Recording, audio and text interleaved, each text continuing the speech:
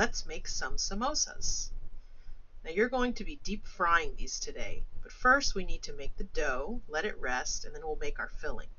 So this dough here, we're going to rub in our oil, and that's going to, it's kind of mimicking the whole cut-in method that you did for the biscuits and the scones, etc. So we're rubbing that in so that we have a flaky texture in the end. And this dough is so easy to make, and honestly, if you wanted to substitute this oil for a different flavored oil or something like that, you could absolutely do that. So this is a quick knead, and we're going to make sure that the gluten is properly developed, let it rest, and then we can make our filling.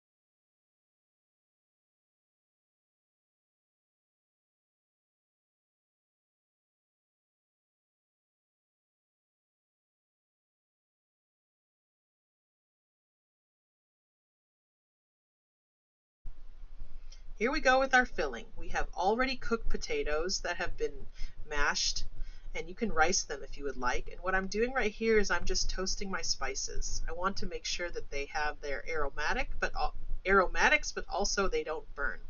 It's good to refresh them like this. And then we're going to add our oil so that we can get the rest of the ingredients sauteed. And you'll see how the oil color changes right away. And so that creates a really beautiful infused oil as well.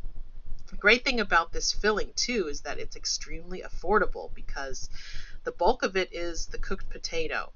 And you can also customize this to your flavor preference. If you want it more spicy, you could do that. If you wanted, maybe you can even add some ground meat if you wanted to do that as well. That's the great thing about understanding and knowing how to make these things yourself, is to customize. So I'm just getting the peas here, and we're just heating those because those were frozen peas. And I'm just getting that mixture mixed up here with the mashed potatoes. And I'm also going to but add the seasoning as well as the fresh chopped cilantro. And again, if you wanted to increase the amounts on some of these things, please go ahead. It's important to taste your mixture as well in case it needs more seasoning.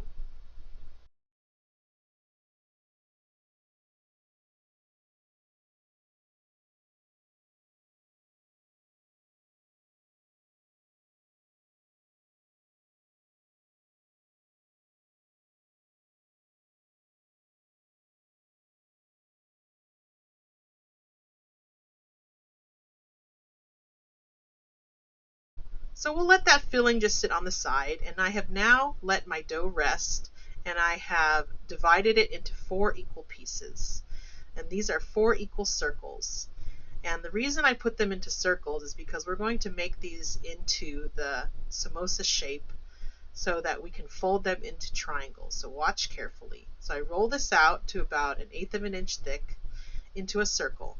And then I cut each circle into 2 equal pieces. So you see here, I have 2 half circles.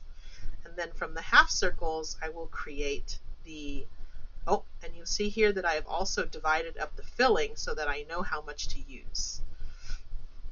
So here I'm doing this again. I'm just going to roll this out a little bit so I stretch the dough just a smidge. And then you can see how I form it to incorporate the filling. So I bring the ends together, the straight ends together, and you'll notice that it creates kind of an ice cream cone. So if you want it to stick well, you have to water it as well. So bring those two ends together and you have that tip, and then you hold it like an ice cream cone.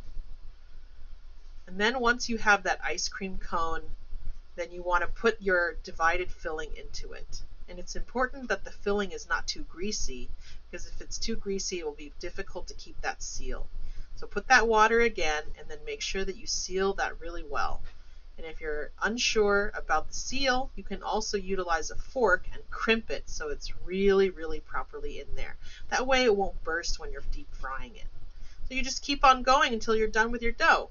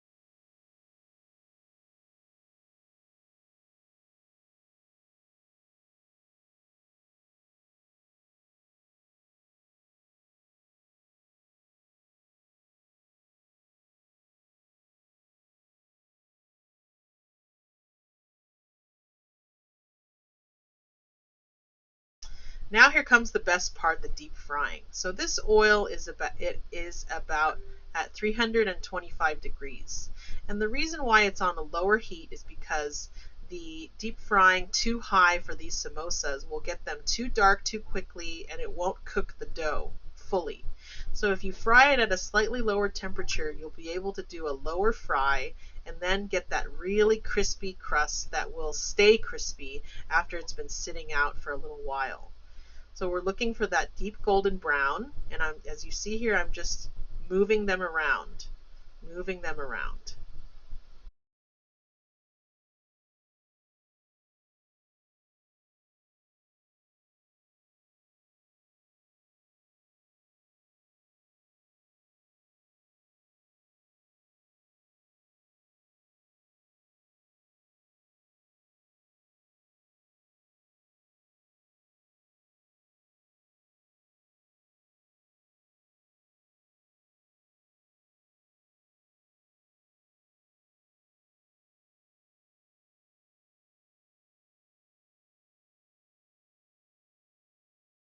So this is the finished color that I'm looking for. You see that deep golden brown, and it is very, very crispy.